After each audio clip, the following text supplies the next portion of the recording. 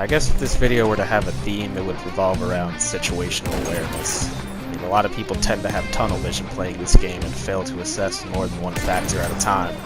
For example, the realization that the more bullets you shoot, the more people are going to begin flocking to your location. And that's why you should always keep your head on a swivel, keep a mental note of potential flank points and intersections, because enemies tend to just sprint around corners as you've seen previously. So as long as you keep a level head and let them swarm to you and not the other way around, you're pretty much set. Personally, I find sniping planes to be easier than sniping people. There's rarely a big reward because they usually eject, but that's a small victory in my book. So if you really want to ruin a pilot's day, aim for the tail or the wings of the plane and screw up their steering.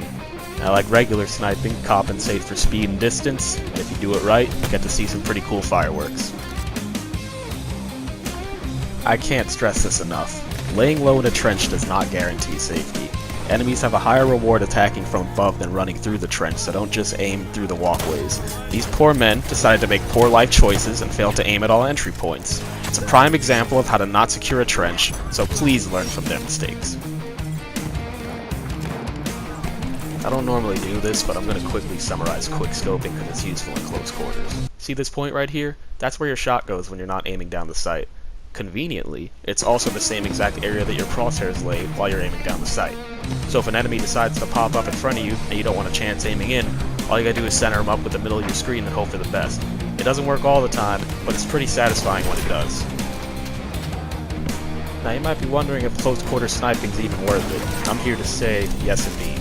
The more you practice, the more one-shot kills you can dish out on unsuspecting soldiers. Now, that being said, don't only rely on your rifle in tight spaces, because missing a point-blank shot requires you to either switch to your sidearms or swing your melee weapon, and by that point you might already be dead. So don't be afraid to mix things up.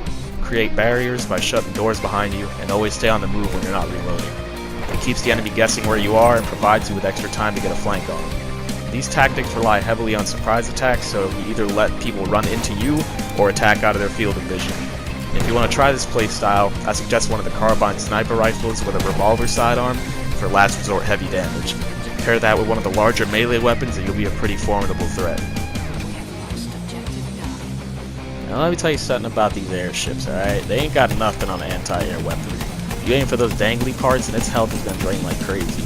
But as long as you know where the AA guns are stationed on your map, you're going to tear that thing down. I will tell you this much though.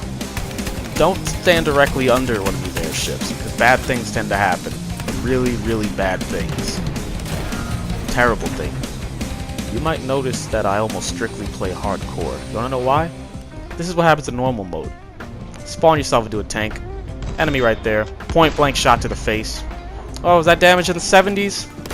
Yeah, it's pretty legit. Just like real life, right? Remember what I said about situational awareness in the beginning? It's because of stuff like this. The game just wants to spawn you into chaos at all times.